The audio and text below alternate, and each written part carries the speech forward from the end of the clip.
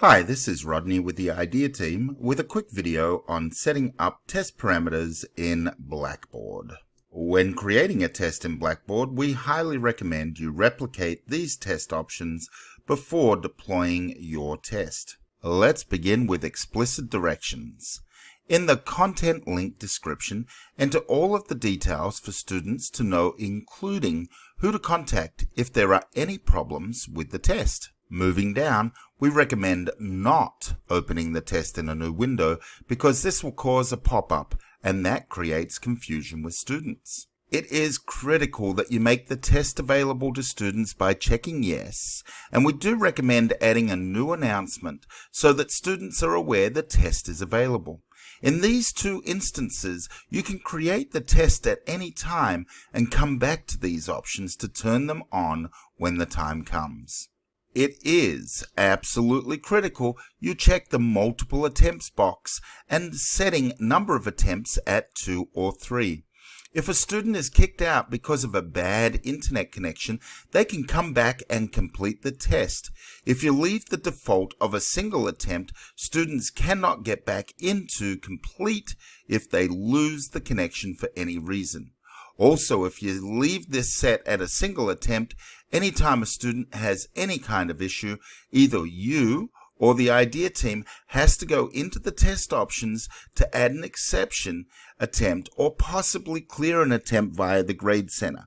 It is far easier to set this to multiple attempts from the get-go. We strongly recommend not checking forced completion. If students do lose internet connection and this box is checked, students will have to start the test again from scratch. Set the timer if you wish to have your test timed. This is a good idea as well as checking Auto Submit to On.